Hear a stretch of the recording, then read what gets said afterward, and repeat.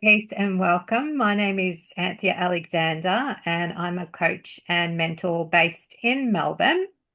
So I'm very happy that you're here with us watching this recording.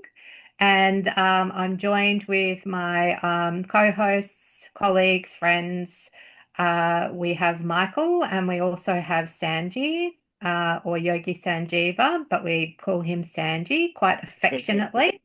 So they will introduce themselves and talk a little bit about what they get up to in their everyday lives and also participate in our topic for this evening. So just as a bit of a background, we've been hosting these gatherings, get-togethers on once a week or so. It's been probably about 18 months now, which is quite amazing, and I'm really quite proud of it because it started off as like a little baby fledgling project, and it's grown and grown to the most we've had is 6 people, and the last few weeks we've mostly had 6 participants, which is amazing. Anybody is welcome to join us. It's about under the like umbrella theme of living consciously, which a lot of things fit. And we have discussed many, many things, self-compassion. We've discussed trauma. We've discussed many, many things. And our topic for this evening, we thought we'd talk about the ego, working with the ego, managing the ego, disciplining the ego, whatever might come up, we'll discuss it. Just a little bit more about myself. I specifically work with women sort of over 40 to help them to be empowered in their lives, sovereign in terms of their health and specifically mentally, physically, and financially. I also have a special interest in spirituality, and that includes the unseen realms and meditation. And I host a meditation session on a Monday night. Also, if people are interested in joining the meditation session, feel free to let me know, and you're more than welcome. It's 8 p.m. on Monday nights, Australian Eastern Standard Time. That's probably enough about me. So I'll pass it over to Michael now. And I did mention, yes, Sanji, you've got your hand up, please. Go Anthea, ahead. please tell about your retreat in Bali. Oh, okay. All right. So I have some exciting news, and it's something that I've been planning over the past couple of months. So from on the 21st of July, so in a couple of weeks, I'll be traveling over to Bali for the purpose of a 3-day retreat, which will be focused on my own personal transformation as well as training and acquiring knowledge and skills so that I can help other people. It's going to be focused around neuro-linguistic programming and also hypnosis.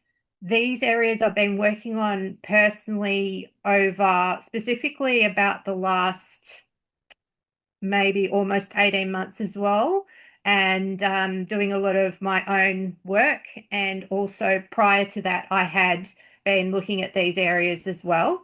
So I'm very excited about attending this retreat, and I'll also have a little bit of a break afterwards, the probably second half of the retreat, and catch up with a friend of mine who lives over there, and just basically have a beautiful time. And I'll make sure I take lots of photos to share with you, Sanji.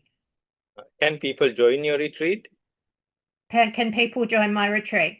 This particular retreat is very, very intimate. So it's just going to be 3 of us. It'll be the host lady and 2 more.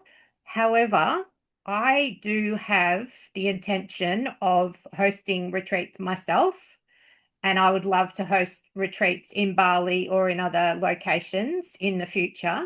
So another reason for joining this retreat, I'll be keeping my eyes out about different venues and possibilities of retreats. So watch this space, and I would love to invite you all to a retreat that I host in the future.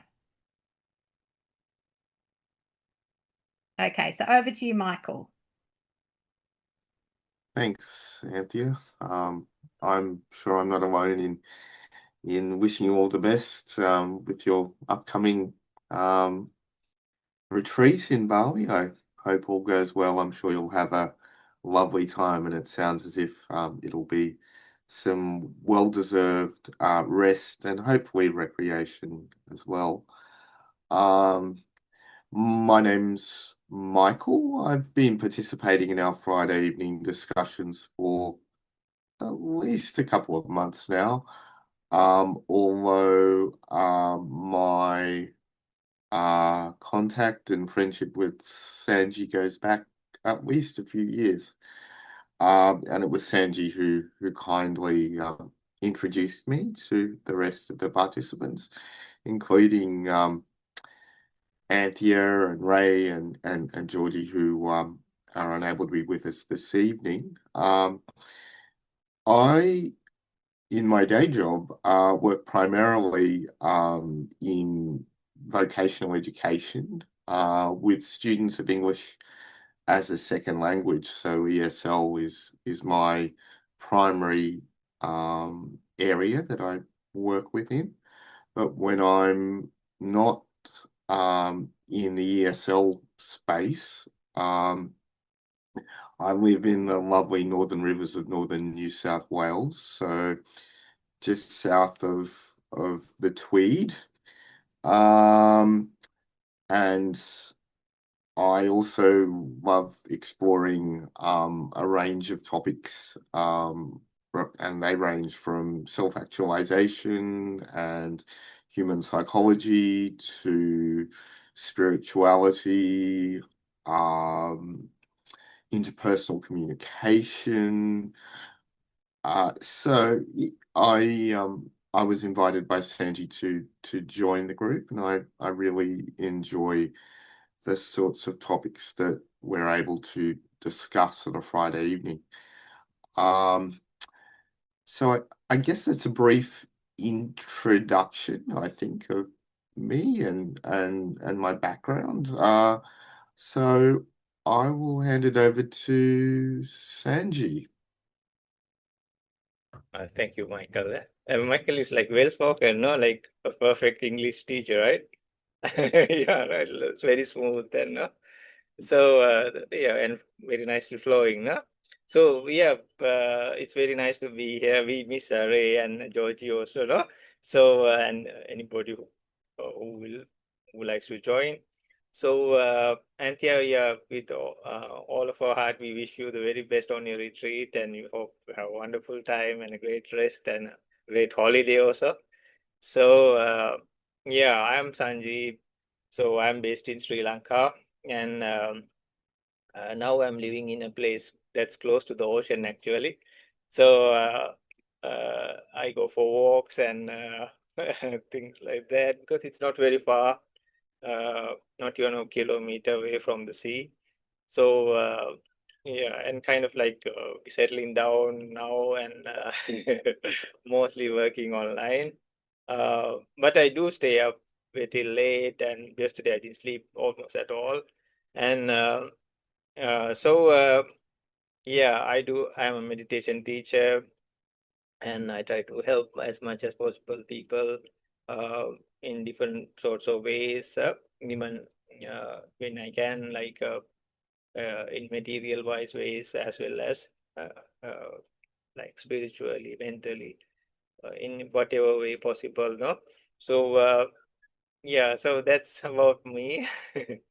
So, and today I think it's a great topic we can discuss because there are so many aspects on this, like the egoic factor. We can see it in a conceptual way, the reality way, and then we can say it in a personal way. And what about then like self-respect, self-dignity, all these things, and then what if like arrogance, ignorance, no?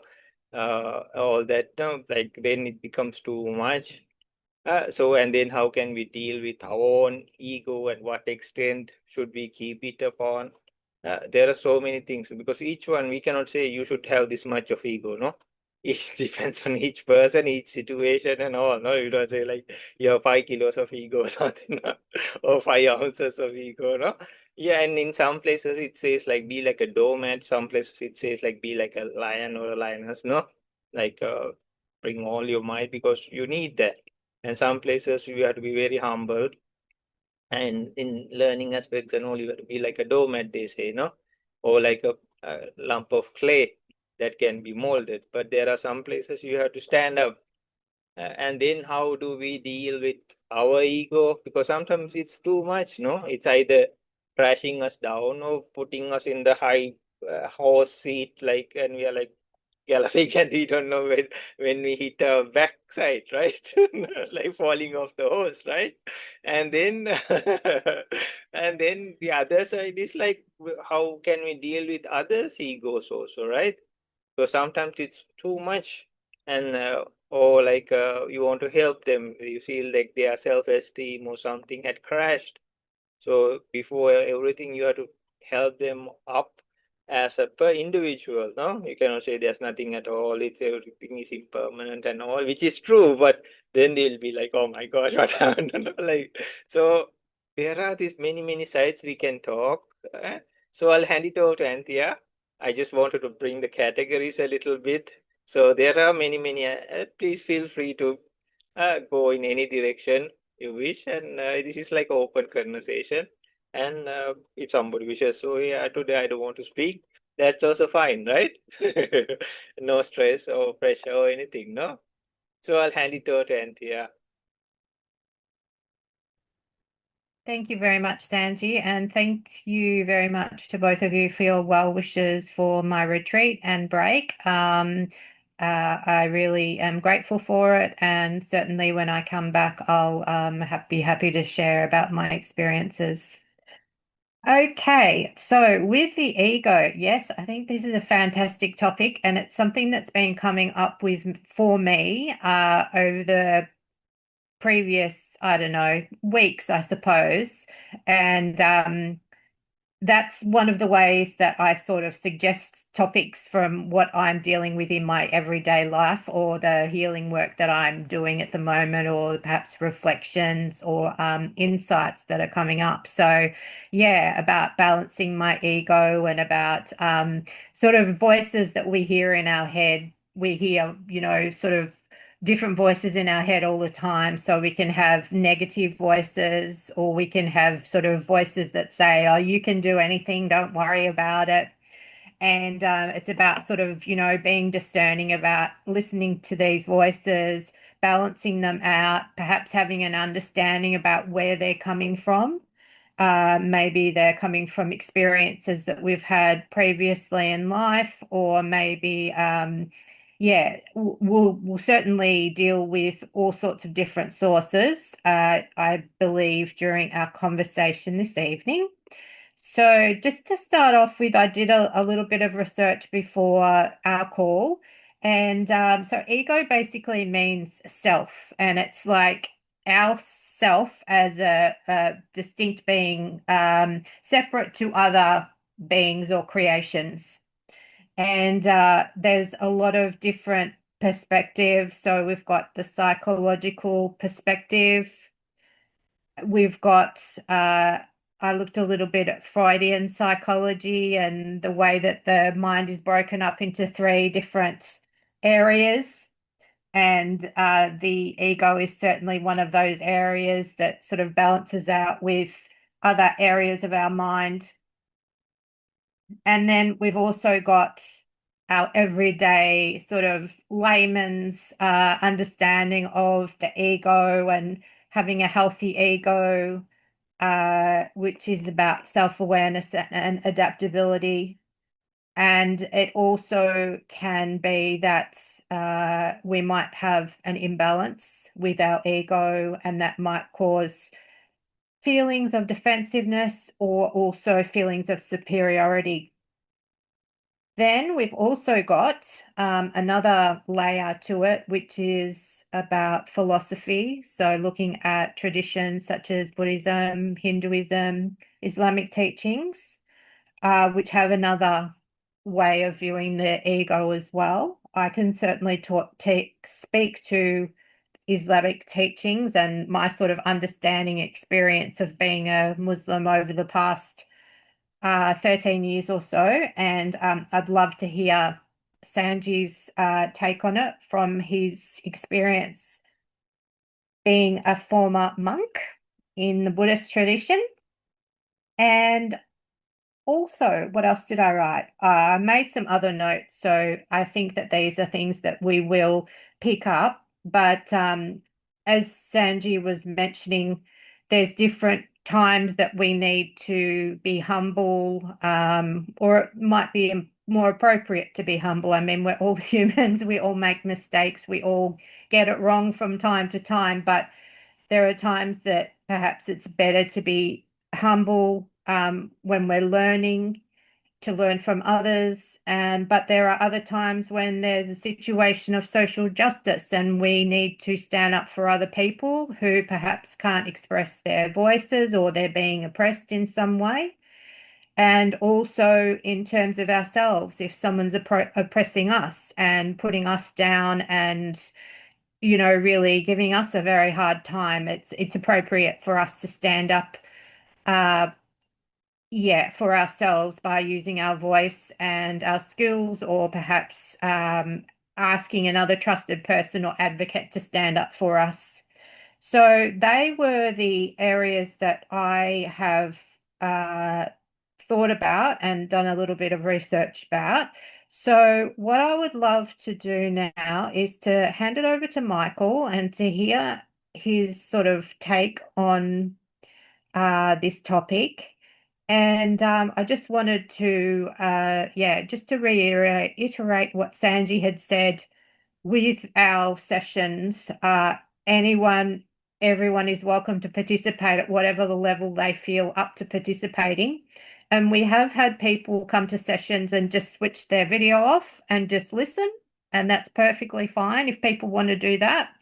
But if they feel like they've really got lots to say and add, or sometimes what has happened with participants is that they might come for the first few sessions, they might be quite quiet with the video switched off, and then all of a sudden they're almost taking over because they've got so much to say. So whatever level you feel like comfortable participating is perfectly fine. I mean, there's times that sometimes I don't really feel like talking that much, or it might be a topic that I'm not really don't have a lot of experience with. So I'm happy to sit back and take a bit of more of a backseat and listen to other people's experiences. So I just wanted to share that as well. All right, Michael, I'll hand the mic over to you. That's a bit of a joke, isn't it? Hand the mic over to Mike. Thanks, Anthea.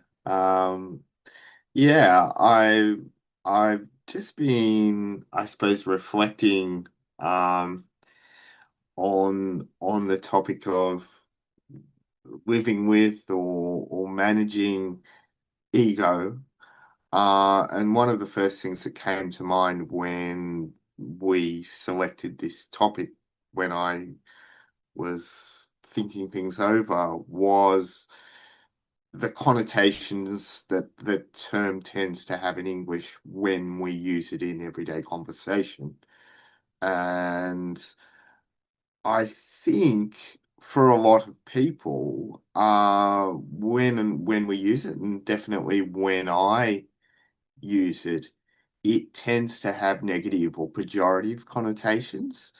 So if I am talking about someone whose maybe actions I disapprove of, I might, accuse them of having a big ego.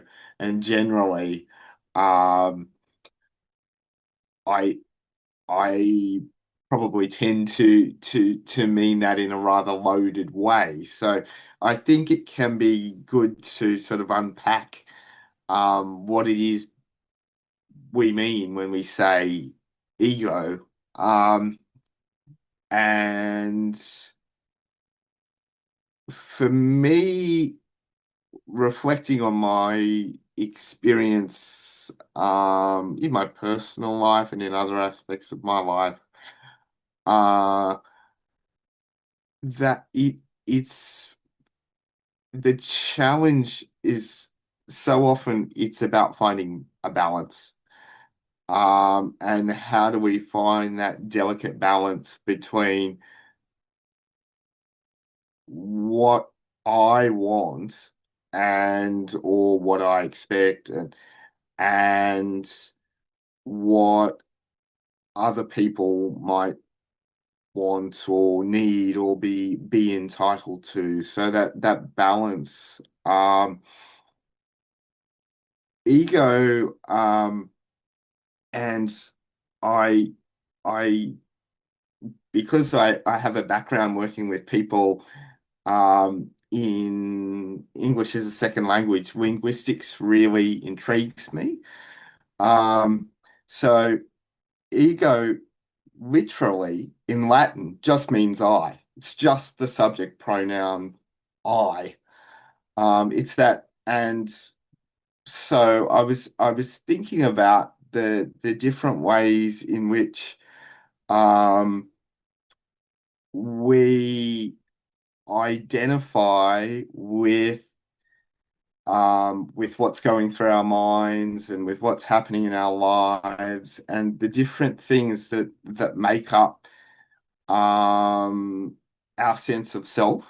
Um, and I think that can be healthy and it can be unhealthy. And as Sanji was perhaps alluding to, the challenge is about striking a healthy or a sort of a workable balance. Um, and one of the things that I was thinking about when it comes to managing our ego and working out what it is that we want, I think it's important to sort of question maybe where some of the thinking and where some of the emotions and thoughts are actually coming from, and being able to disentangle uh, maybe what we want from the messages that we have received over time or continue to receive from parents, caregivers, partners, bosses, colleagues, and to try and that's something that I've had definitely had trouble with at different times when I was younger, in my 20s, in my 30s, still in my 40s. Um, I've had to sort of ask myself the question at times, okay, is this what you really want? Is this what you really need? Or is this something that you're taking on because this is the expectation that's placed on you by your family, by the society in which you live, by what you're watching on television and absorbing almost, as if by osmosis, just by being out in the world. And that's one thing that as I've got older, I hope I'm getting better at, is sort of being able to discern what it is that I really want and to try and sort of find my voice in inverted commas. So I, in terms of the ego and managing the ego, it's still something that, because I always try and be practical about it, and I'd like to hear from you, Anthea, and you, Sanji, about how you've been able to deal with these things in your life. But I've always found um, that when I've maybe been faced with a difficult decision that I've got to make, or I'm feeling a bit lost and I don't know what to do, and I'm often so caught up in the situation that I'm too close to things. I'm not objective. I need to be able, and I've always found that it's helpful for me to take a step back, pause, take a deep breath, and not make a decision straight away, and try and rationally work out, take the emotion out of it, which I find really hard. Uh, um, because I don't know whether you've ever had the experience. I have the experience a lot of having all these different voices in my head at times. One voice saying, "Oh, um, yes, you should look for a new job. Oh no, you should stay where you are. It's better the devil you know than the devil you don't." Um, and so sometimes it's about trying to work out in my head which voice to pay attention to, and which voice is the voice of like my small self, and which voice has got my best interests at heart and is more inclined to lead me in a direction that's going to help me and help other people. Um, and I'm still on that sort of journey. I'm still learning. I think with time, I'm gradually getting better at it. Um, as anyone who's watched any of the previous recordings will sort of attest, I always like to say, have you thought about listening to this person's Dharma talks on this particular topic? Or have you read this book? Or are you aware of this theory? Or there's this really, really cool podcast that I've just found or encountered. So with that in mind, there's actually a an Australian nun in the Tibetan Buddhist tradition. Her name is Venerable Rabina Corton. She's a student of Lama Zopa Rinpoche. Um, Being Australian like me, I find her practical focus really helpful. Um, and one of the things that she says, which one of the sort of analogies that she uses, is she says, a bird needs two wings to fly. It needs compassion for yourself and for other people, but a bird needs wisdom. So there has to be that balance between wisdom and compassion in order to be balanced and in order to be able to, to get through life and to get where you want to go. And I've always found her practical approach helpful, because um, she encourages people. She says, "Look, take take what works out of this. So you don't have to accept everything I say. Take it as your working hypothesis and test it out." Um, and one of the things she also talks about is she says, what we all have to get used to doing in life is working with the contents of our own mind, and being our own therapist.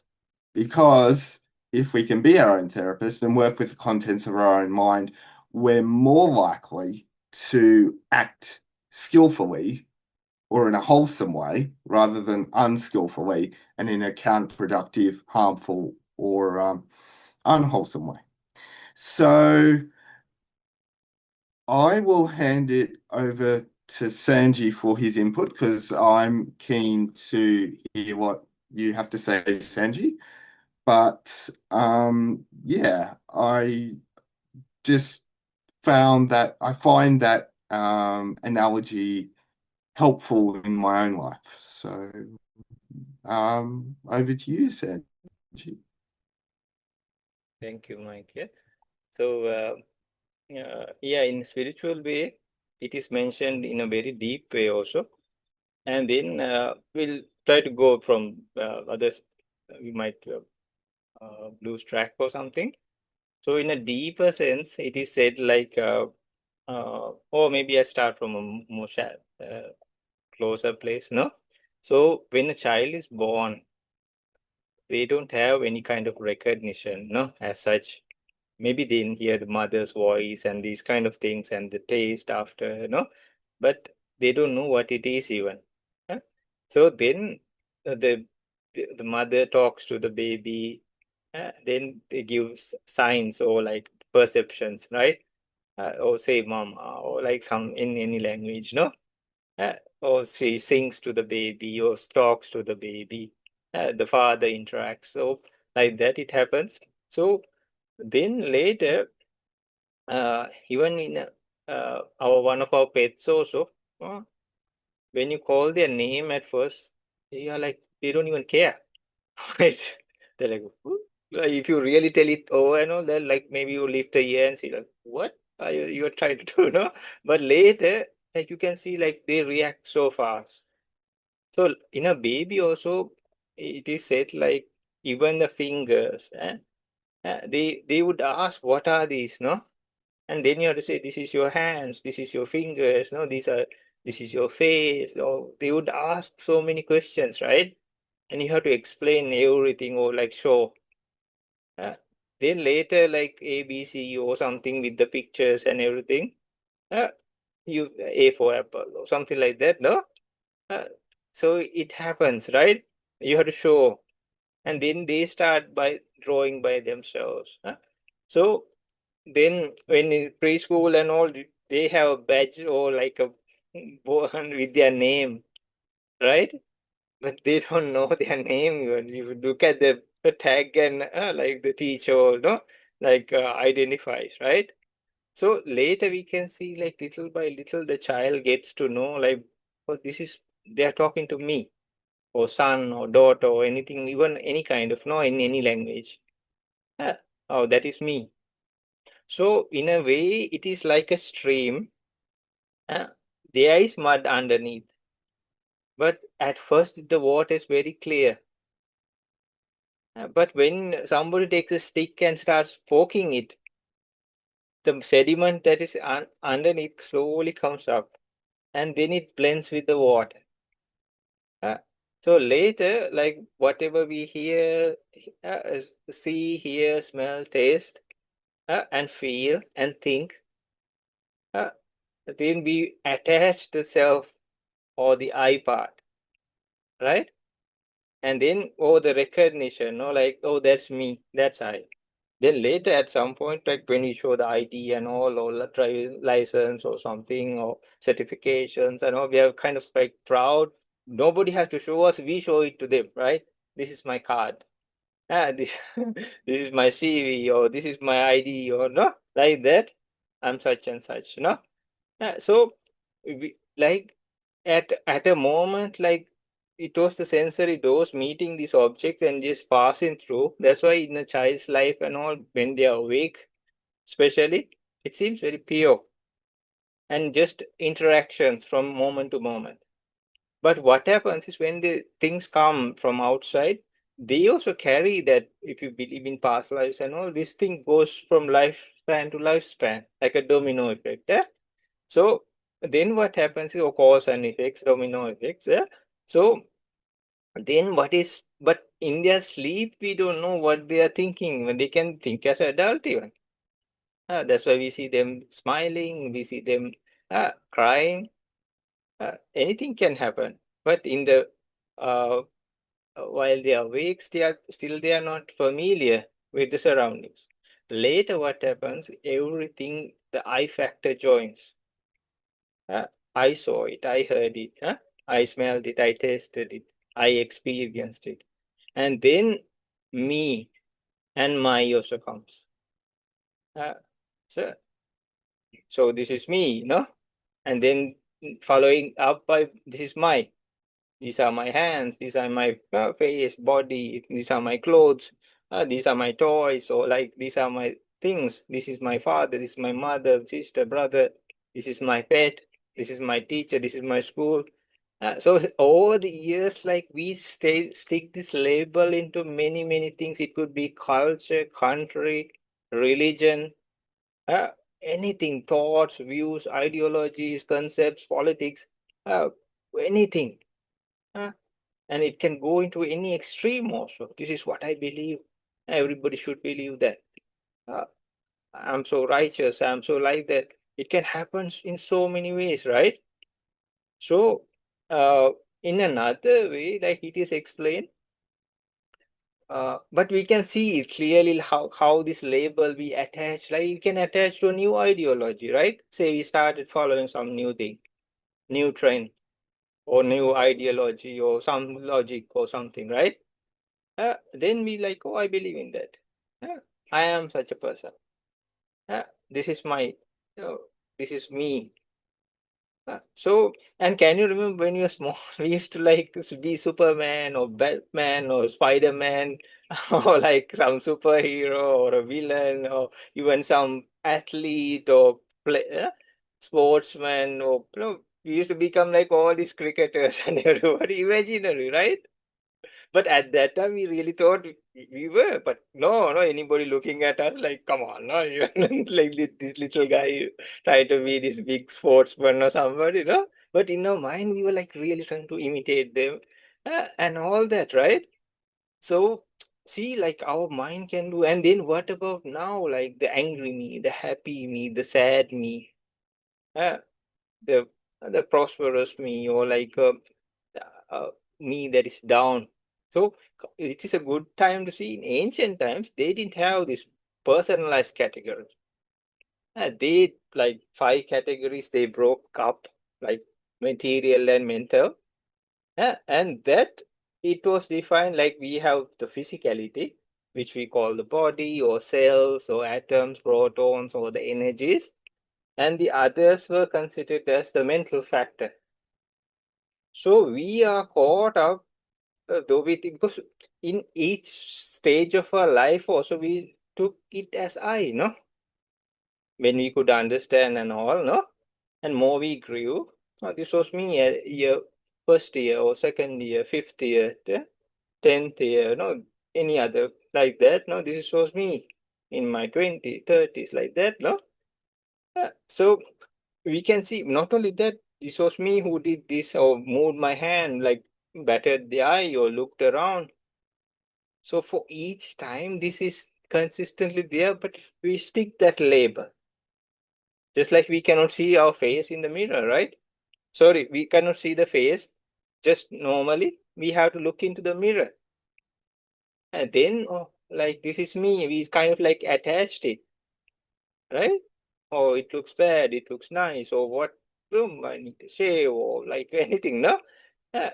So we attach that, right? From time to time. That's why we have to sometimes look into some reflection of ourselves, even the thing we see from the monitor now, right? This is how I am. But we cannot see, we can see the lower part of our body, but not our face otherwise, right? So in the ancient times, the physicality is me. I am the physicality. Inside me is the physicality. Inside the physicality is I. 4 ways. Then it went to sensations because we, like the pain comes, but we attach ourselves to that. Say we have a headache. I'm not telling these are wrong, but this is what we do. Many people over the world can have a headache, right? It's a common thing, right? But we make it, I am having, this is my headache. And it's been in there for the past. Now it's there. In future, I don't know how long I'll have to suffer. My knee problem, my back problem, my neck problem, anything, no? My stomach problem. So what happens is like we take this, then the sensations, no, like pleasant, unpleasant, anything, or neutral even. Yeah? I am the sensation, sensation is me, inside me is the sensation. I say it's coming from inside of me. Yeah? And then inside me, oh, I feel so sad, I feel so upset. It's like I am inside the sensation. Then perception follows. I am the perception is me, inside perception is I, uh, and inside me is perception. Then formations, like all these other things that come to action. Then consciousness. So in 20 years, we are caught up in this. So it is said like we have to have some ego, or in a way, like for example, like self-dignity or esteem or no self-confidence. We need that. But the very difficult part is like, what is the extent we should carry it? So in a way, like and there's a nice story also, no? They say like uh, there was this bodhisattva snake, and he was very calm and very good, no? And then the ladies who came to cut the firewood used him as a rope, and he was twisted, and his back was broken, and he came to the other, his friend who was a hermit in the forest, and the hermit asked, "What happened to you?" No. Then he said like this, I was there, and these ladies didn't have anything to tie the stack of wood. So they saw me. First they were afraid, but they saw that I was not doing anything at all. So they used me as the rope. And now I am in so much pain, no? Like my whole body is twisted. So the other hermit asked like, "You are a snake, aren't you? You don't have to bite. You can just put up your hood and just say, no?" So there are times we don't have to bite, right? So we just put up our hood and say, like, just his. But the level where we should take it, but when we are coming to a spiritual aspect and all, or see our minds, then we have to be very careful. Even the slightest form of anger or any kind of greed or something that to build the negative aspects, they really count. So the trick is like my cast or and please you all also join and tell of all aspects how you see it. And it is like we have to keep note. For me, like I'm not telling I'm perfect or anything. Over the years, like I feel like when it's bloating up, the mind gets kind of like frozen and all, and I'm, oh my gosh, it's coming, no, it's coming, it's coming, it's coming, no. And then I know like it's like trying to take me into the higher and then suddenly drop me. Then everything seems okay or perfect, and now I know like it will crash now, no? So it's kind of like now familiar after watching the mind. And then there are like low times you feel, no, like it's negative or like why you're feeling low. But there's a nice stage, like it's like clear water, which I like very much. It's like clear water, it can fit into anything. It's not that it's like, um, so in another way, ancient people categorize ego into 9 categories. So they said like uh, atimana. So uh, we think of some people. This also regarding self. Some people are above us, and some people are equal. Some people are lower to us. It could be for many reasons. Some people out of sheer ego or any aggression or like how to say arrogance, they try to put everybody down. But sometimes like people who do bad stuff and all, we can see like we are not doing those things, and not that we are trying to discriminate them, but they can do better, right? So in a way, if we see like that also, we so in these 3 forms also we say we are better than the highest, we are equal to the highest, or we are lower than the highest. Then we say say yes adisaman, then we say like we are higher than the equal. There are comparisons. You see this even in children or mothers or schools, even in groups, right? We see people, no, like measuring Mana. Yeah, this is called mana, like measurement. You measure. Huh? So then we say we are higher than the equal. We are similar to the equal. We are lower than the equal. So this can change. Huh? And the other thing is like we say we are higher than the lower. Huh? At least I'm better than him. I don't drink so much. He's taking drugs. I take something else. No, it seems any reason, right? I drink less than him. I'm not doing the better. No, people say like that. No, I don't drink every day. He drinks every day, day and night. I'm better. Yeah, so anyway, any way or form or something. And then we are equal to the lowest or lower than the lowest. I'm the worst person. I'm such a miserable person. I hate my life. No, even the worst of all is doing better than me.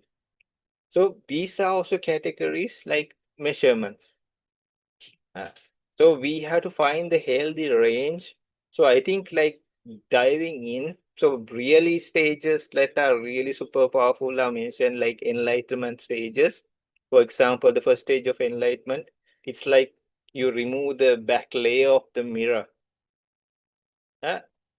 Still you can see the outline on the glass or a reflection on the glass. But when the behind layer was there, whichever they make it from nowadays or mercury as they used to do before, so you can see a clear, solid like picture, right?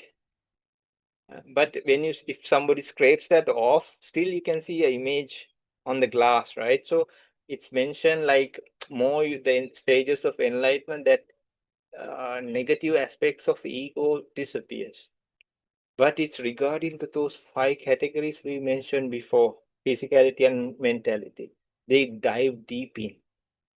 And then in a conceptual way, they don't disagree or how to say, try to forget the concept. When they are talking, they would say, I went here, I did this, or they came, no? They would not say like a fire aggregate came, a fire aggregate went, not like that. They would say, Mike came, Anthea came, or anything like that. No, Sanji came.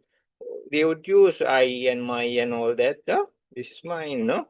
Would you like to have something? But inside, they have that knowledge or wisdom, like Mike said, no wisdom and all. So I think if we be mindful, we'll surely make mistakes, but we can grow and then we can keep intact the mindful or the awareness. We can see the meters. Oh my gosh, now it's happening. The ego is boosting, no? So until people reach stages of enlightenment or something like that, but more we are free of that, in ultimate reality, more peaceful we can be. Because with ego and all the possessions, this is my person. You're not. So the categories, divisions, all these things happen. And it can go to many extents, like even the worst of all. So I'll hand it over to Anthea. Okay, please tell your like way you witness it in religious aspects and all also. Thank you for that, Sandy, and also Michael. That's a lot to think about, and I really relate to what Michael was saying about having a whole range of different voices in your head. So I experience that all the time. There's always conflicting voices, and it's about and sometimes if you're emotionally heightened, it's harder to sort of work out which voices are which, where they're coming from, and yeah, so it can take some work but I think stepping back, calming yourself, and I think meditation is really super helpful to quieten ourselves down, calm ourselves down so that we can perhaps let go a little bit, detach ourselves, and try and perhaps recognize where the voices are coming from. And journaling can also be an amazing technique to start writing down and start perceiving what's going on. I think self-awareness is really something that's been very helpful for me. And I know for the first part of my life, probably till I was about 34, I just thought I was Wonder Woman, and I just basically pretty much everything I wanted to do, I could do. I put my mind to, you know, I was able to succeed really well in my career, in my study. I did actually, I remember I'm being reminded of this conversation I had with my mum, and because I failed a couple of subjects, a few subjects in my first year of university. So I applied for I was accepted into an applied science degree, and I hadn't actually studied science at a higher level, or maths, or mathematics. So I was jumping in the deep end, but basically that had been my strategy in life, and it had pretty much worked. So I thought, well, why not do it again? So I failed some subjects, and then it really humbled me. It really humbled me. And so I went back. I had a conversation with the head of the course, and he basically said, because the course was meant to be for 4 years and it was going to take me another year. And he said to me, Anthea, if it takes you another year, it doesn't really matter. In the long run, you're not going to worry about it. So I went back and I repeated those subjects, and I got a much more deeper understanding, and was able to really enjoy the study. Whereas the first year I was just like treading, I was under so much stress and out of my depth.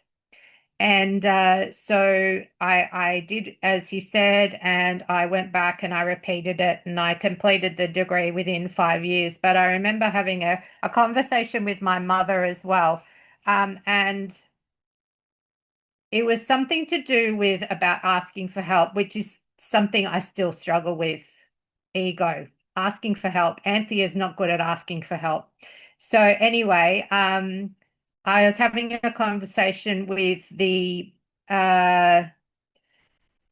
our chemistry professor, and it was something about asking for help, and about, it was something to do with the appearance. I can't remember the exact way it went, but it was to do with me coming across as really confident. And I may not have felt confident, but I came across as a bit confident or arrogant. And my mum gently pointing that out to me at the time. And I thought, wow, that's amazing, because I just had never seen myself like that. Anyway, so that was really interesting. What else did I want to touch upon? I also wanted to touch upon sort of pride and arrogance coming into play, and the side of the ego that I think about when I think about really sort of not battling with the ego, but almost from an Islamic teaching perspective, of the sort of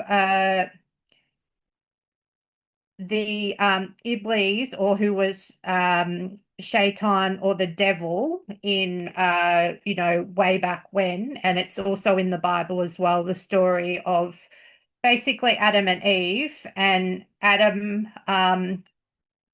Iblis being asked to prostrate towards Adam because God had created Adam, and God said commanded the angels and Iblis to prostrate down to Adam. And Iblis said, why should I do that? He's made out of clay or dirt. I'm made out of fire. I'm better than him. And being Iblis, or Shaitan, being cast out of the heavens, and he's now on his mission to basically misguide humanity. That's basically the gist of the story. So that pride, that arrogance, and Sanji mentioned also before anger and greed, and being careful about anger and greed. And with my own experience, I know that I have a very bad temper, and I can hold it, and not say anything. But once I'm pushed far enough, I can just burst. So I'm very aware of that, and I try not to get angry, because I know that I can really hurt people. There's the potential to really hurt people. So but then there's also a balance of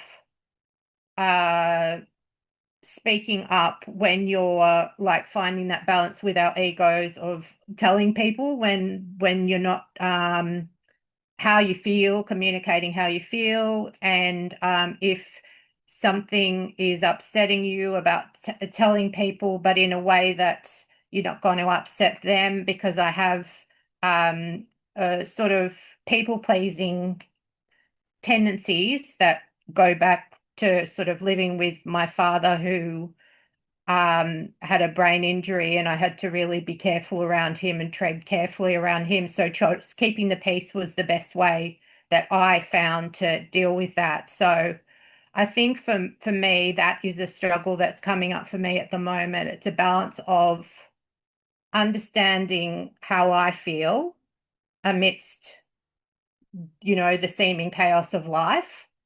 And then it's about interacting with other people, not wanting to upset them, but also not wanting to abandon myself either. And I suppose the struggle is real, and it's a struggle that many people would face as well.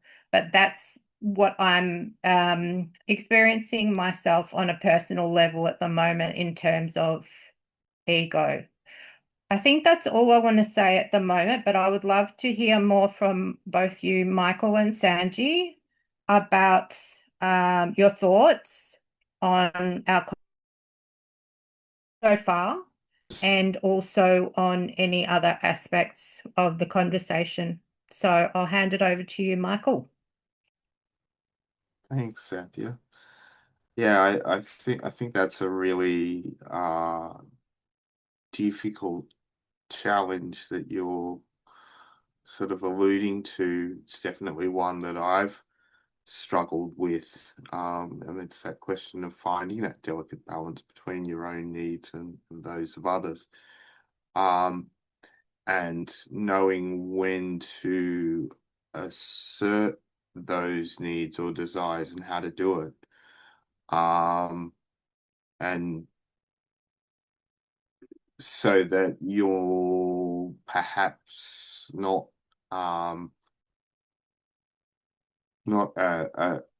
a doormat in situations where other people might be acting in ways that are counterproductive or harmful, or that just don't serve you, and probably don't serve that other person either in the long term. It's definitely something I have difficulty with myself. One thing I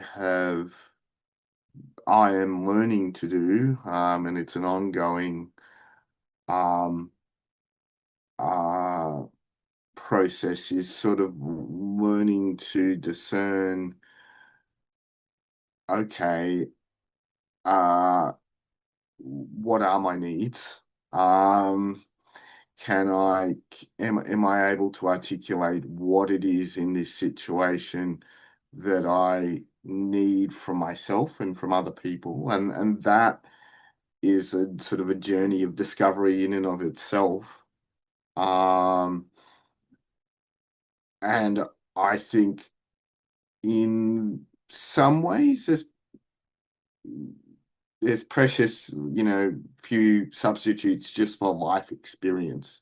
I think I definitely know that in my early 40s, I've got a much firmer idea of sort of who I am and what I'm about than I had, when I was, say, 21.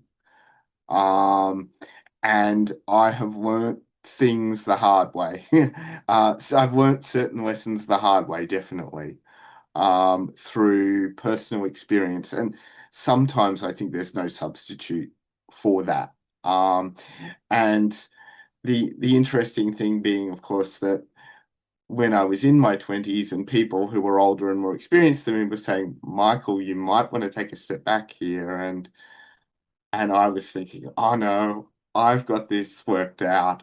I've got this squared away and sorted. I know what I want to do.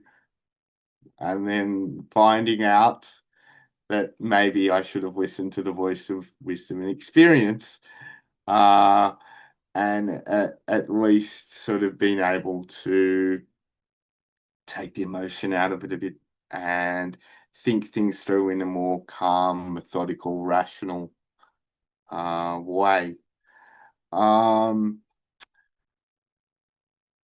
So in terms of managing ego, it's a difficult one because I think we tend to learn patterns in our early life that work for us in a particular context or a particular situation or a particular family dynamic that we then take with us into other relationships and other interactions. And sometimes that's fine, and other times it's not. And I know I've done that where I've gone, well, I'll just do what I've always done.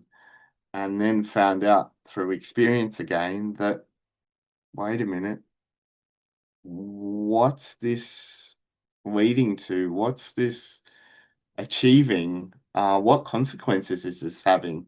Does this really serve me? And maybe realizing that some of those ways of relating no longer serve me. And maybe I need to know when to let go of ways. And it's really hard when when your ego is invested in a particular way of behaving and relating, and you've got this whole image of yourself as a certain sort of person. I'm Michael, I act this way. I can be relied upon to do different things. Um, and yeah, knowing when to sort of relinquish and not cling too tightly to patterns of behavior and old ways of seeing ourselves and different forms of conditioning that we've picked up from caregivers and family members, and in the media and at school. And I suppose that is one lesson that I am still learning to know and get a bit better at knowing when to loosen my grip on things and say, no, maybe the world doesn't have to conform to your expectations. Um, Maybe you do need to take a step back and just loosen up and relax and not cling quite so tightly, to not get so attached to it has to be this way.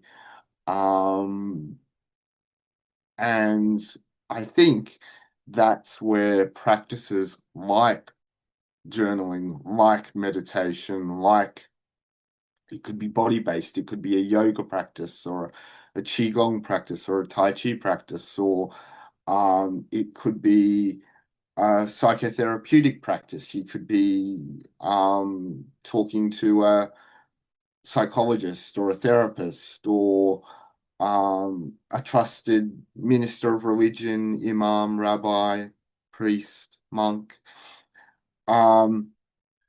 So they're just some of the things that I've found helpful. So on the topic of maybe not getting too attached to preconceived ideas and old ways of doing things, that might be an ideal segue. What do you think, Sanji? Thank you, Mike. So true, Mike. Yeah, I also have learned many things the hard way. Like, yeah, when elders and all think, and those days, especially as teenagers and all, we think we know and we can topple the world, right? Or roll the world. And then, like, oh my gosh, they were so right. No, and that's the worst kind of feeling. Like, oh, not again. Like, but the thing is, like, think like we are talking like people who joined this, like, were like people more than 30 years, right? So think like, why would a person need to take like 30 years or so to learn these things if he can uh, tell these things to younger people or at schools or something like that? That would be very beneficial, right? Without doing trial and error, and going through all the stupidity that we did. And then now we are talking in our 30s and 40s and all, and still we are learning, right? And then every day. So, yeah, Mike, it is so true. And yeah, like the difficult things like pain, anger, these things are really because it's like the extremes. Oh, when you're very dead tired or sick, then like it's really overwhelming and all. If somebody really pressures you so much, then it's like then all these things like pop up, right? So, and then the ego, you can see like it's like stuck in it, or you don't realize that it happened. Even you put a burst of fire or something, and then later, did I do that? No, and then because it's too much, no, and then later, or especially when in very vulnerable situations like sickness, pain, tiredness, or problems or something that really collapse you, or no, and you are like so caught up in that. So yeah, if we can like, so in meditation, yeah, and it's a very good way. And for example, even loving kindness, this like even before going to insight meditations, that will be a great help if somebody can go there. I'm not telling it's easy or I'm such and such or nothing like that. So it is a learning process. And for example, in loving kindness, after you generate some concentration, you take 10 people of a particular category, like whom you have a lot of respect. Huh? And then you take some people of like whom you have some affection or some you care about. Oh, sometimes you don't take that category, you switch to the neutral category. 10 people from that category. You start with one person. And then you focus on people maybe you feel you're not very connected or you don't like much before. So then you see like the same level of concentration, because concentration can be known. And this is momentary concentration, access concentration, absorption, or any kind of levels of that. Then you know, like it's kind of like the same. Then that is in one way we can know we are treating everybody in the same way. Just because we start from ourselves, and then we like serve. But usually the serving spoon is different, right? Maybe a big scoop for me, and maybe another scoop similar or lesser for my, and then little, and for the people I don't like, maybe a tiny spoon, no, just to say, or nothing at all, right? So, so we can see that shift happen. Let's go Sima Samvedo, breaking the boundaries actually, yeah. So this is in a conceptual level, or it is like a good place to see. Then we can measure or check on our mind states also. And if we can maintain that, then we can see in day-to-day life what the reaction is like. And then another practice I saw was very nice, like when you go for some any kind of practice, if you can just drop all the methods, breathing, visualizations, everything, you just drop it. And even the role of observer, you just become the observation. That is a very nice way. If you can do it, just sit for some time, and because we tend to identify, no? If you are standing, we tend to identify with the standing. If you're seated or laying down, and then we become the observer, right? I am observing this, no? But what if we remove that for a moment and see? Which is still possible, because if it change from moment to moment or posture to posture, who can we identify with? That doesn't mean that we are in a very desperate or vulnerable state or losing ourselves. Huh? So, in a way, like we talk about people with bipolar, and these kind of symptoms, but that is kind of, but in a way, we are also a bit similar, right? There's the angry me, the happy me, the sad me, the vulnerable me, the proud me, in a way. But those people, they tend to show that in bigger aspects, so they are considered when they are given medications and all. But in a way, in a minute way, we used to have those kind of stuff, right? And then there are or we see like the person doing a hand gesture or moving the hands or talking or different words or thinking. It changes so rapidly, right? So in a way, like if you can just drop it and just see, witness this, that will be a good detachment. So that will imply in our day-to-day life. And for sometimes, like even in meditation or something, if you endure a little bit pain, just if your knee or something hurts, you just hold on. I'll see what happens. Or let's see what happens. Yeah? And then what it is, that small thing can help us to focus on a bigger thing. So I think we need, in a conceptual way, like we need the self-recognition and all, but people talk about like selflessness, right?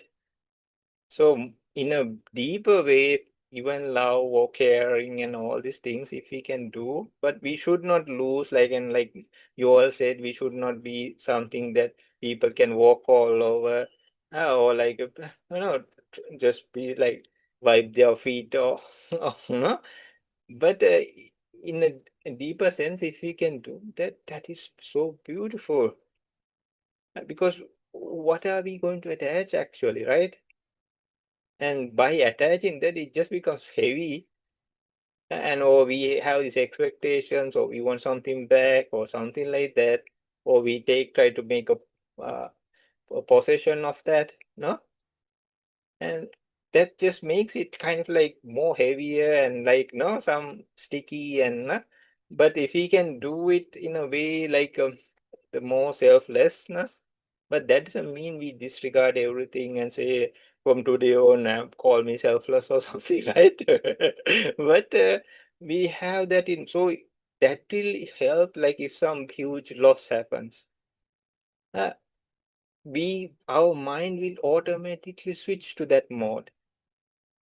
Say something big happens, or we had a big loss or something like that, any kind of, no? So then if we had detached ourselves from there from time to time, just take, then it will switch into that mode naturally. And we knew this before. And what about the critical times? Like we get old, then how to switch, right? I see a lot of people struggling with that, even my father, and I saw a lot of things happening, no? Even us, we going that direction, right? Then how can we switch? How can we do? But if we first prepare for it, or just not that like we, oh my God, how am I going to feel? Not like that. Just detach ourselves and see. By this, I'm not telling I'm perfect or anything. I'm just telling no, but we can do these things.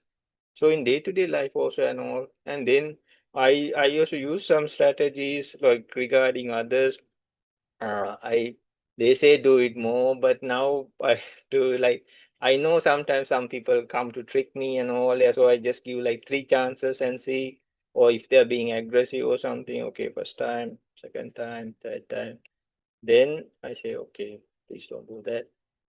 So what else to do, right? You cannot just be like all this happening. Or okay, like I helped you first time, second time, third time. I know this person is not honest or something like that or something, but still it's good for me, no?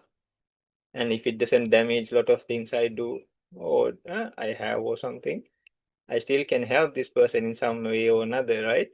So then we can say like, so that part, like we can stand up, right? Not to have a conflict or something, but okay, I did no what I could. So first time, second, some teachers say like do it 100 times, and if they are still doing it, do the 101 time also, which is like they say like people like bodhisattvas and all, they do that, right? So which is great, huh? But yet sometimes we need the resources and all for ourselves also, right? We cannot just give away everything, no? And so there should be some kind of I don't know. We'll talk about those boundaries at some point, no? But still, uh, there is some aspect, and then if we are good human beings, we can be say like, I don't kill, I don't steal, I don't do this bad things. So I'm a good human being. And if the things be righteous or something, like if we recheck it and see, uh, I'm doing some good thing, and what I think or believe is not wrong. Uh, we can be, so you can take ownership of those things, but still know in depth, like thousands of people knew this before me. It's not I who invented these things, right? And millions will know, no, like so. Even the people who showed these methods, they said like, no, this is always around. So they also didn't take ownership of it. So we be careful. But there are times when our mindfulness disappears, we get caught up in it. So we have to be careful and not get stuck with it. But still, we can use these things, and we can bring some satisfaction also. No, I helped this person. I did this good thing. No, uh, I'm not a bad person. No, I'm living a good life. No, not that I'm rich or something, but no, like I'm not troubling nobody. And like Mike said, like we can check on our actions. Is it good for myself, or karmic factors, or whatever we believe in, no? Or the path or destination we are trying to reach. And then is it helpful for that? Is it harmful for the others? Or so in that aspect also we can, right? Okay, then I'll hand it over to Anthea.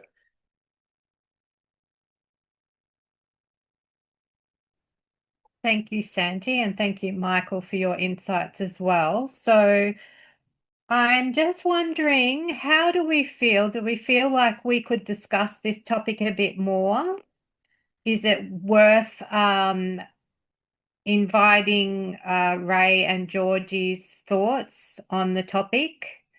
And perhaps we could even call it something like detaching from the ego, or something a bit more like practical methods for working with our ego, because I feel like we've talked about lots about aspects of the ego. We've talked about some practical methods, but maybe we could have another session talking, focusing on practical methods.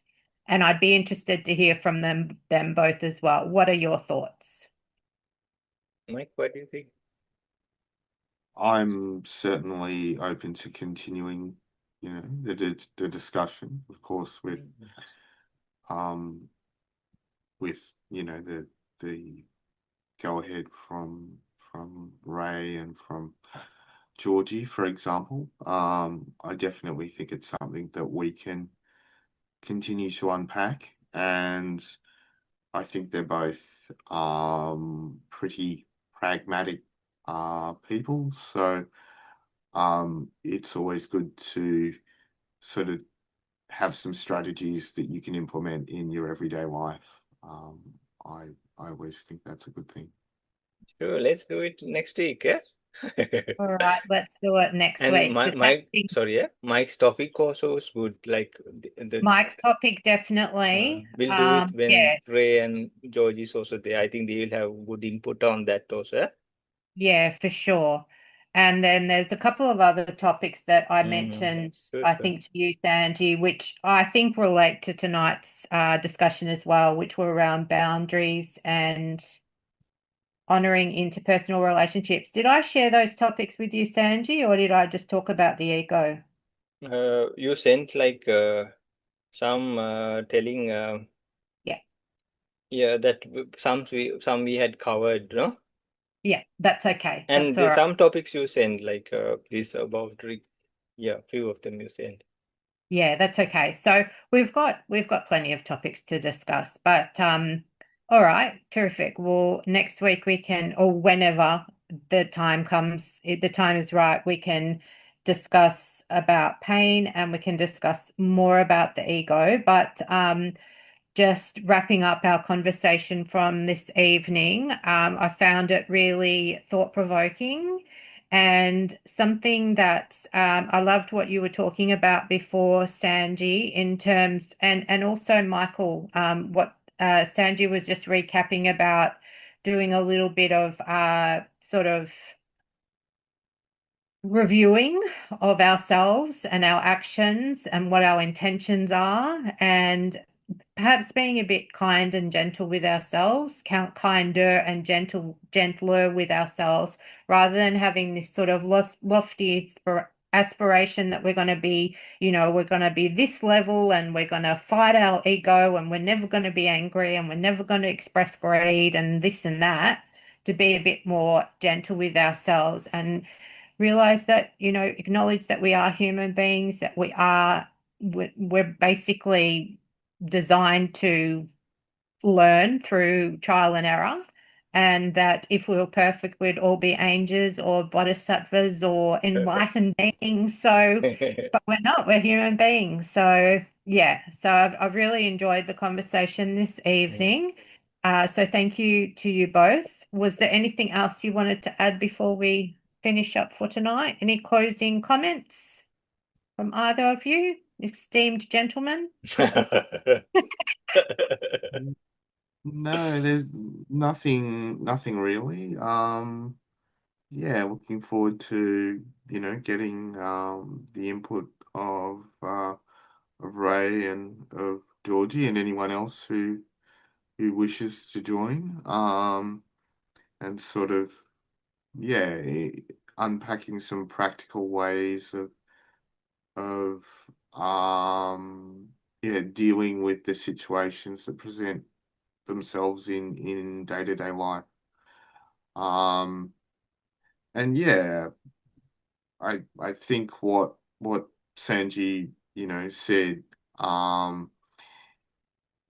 about trying to that it's basically a perennial spiritual truth that almost all religious and spiritual traditions share, which basically says, avoid doing harm, um, cultivate the good and the helpful and the positive in life, uh, and pay attention to your mind. So yeah, I need ongoing reminders of that. So Sanji's reminder this evening was a timely one. Yeah, I feel like the ego, yeah, we can talk about the ego next week. And then definitely we'll touch in like Mike's topic about pain. And so, yeah, ego, it seems like a sticker we put on, and hopefully that sticker is a good one. And but it peels off, we have to stick it again and again and again. Yeah. So, but in the inner core, let's try to like dive deep in and then kind of like separate ourselves also and see how it goes. No, then it is like, and you can just drop everything and be free at times also, right? And then when you see the similarities, like if you take the common aspects, if you anger positives, negatives, like everybody goes through them, but they just attach themselves to that, right? And I call it my anger. Somebody may, puppy might call it its anger. And then we show how righteous we are, or like how it should be. I have to do something about it, all these things.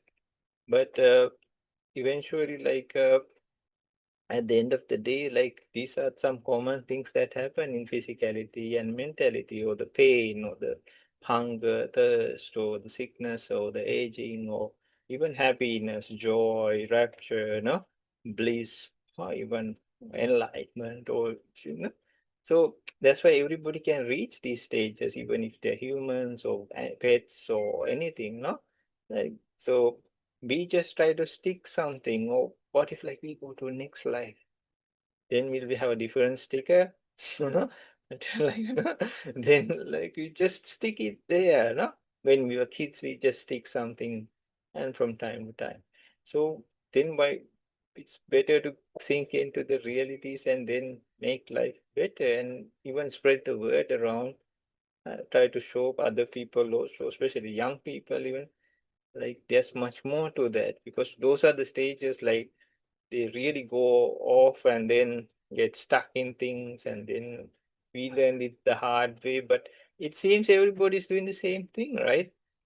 Like they then after 30, 40 years of 20 years or 30 years, they say, oh, I didn't know those days. I was just a teenager. But you see the same pattern, same story, you know?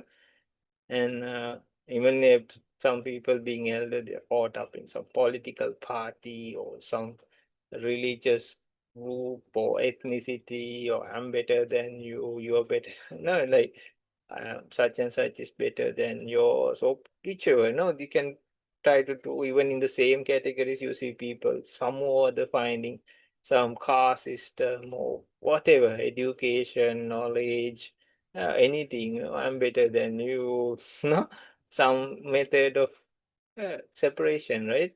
So then and some people like in the course of history or nowadays or anything because of the egoic patterns and systems, they are trying to divert even wars. So many things can happen, right?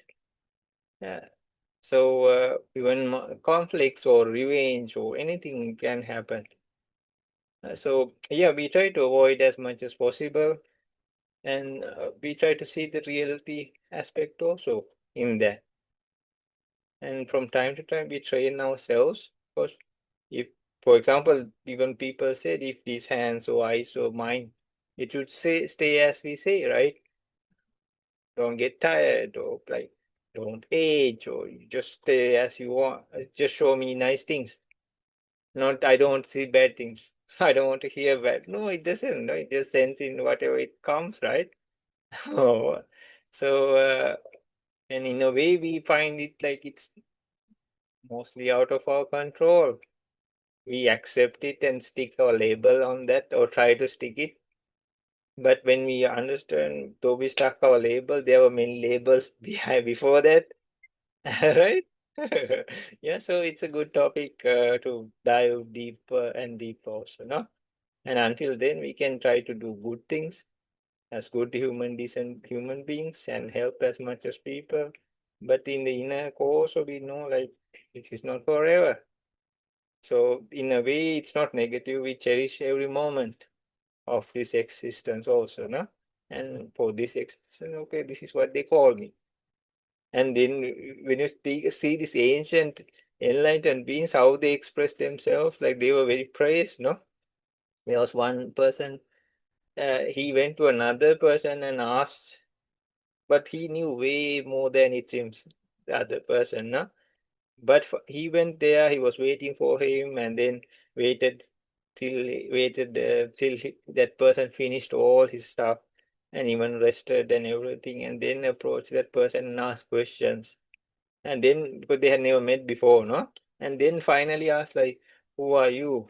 And he said, like, because I am such and such a person's son, others call me uh, uh, that lady's son.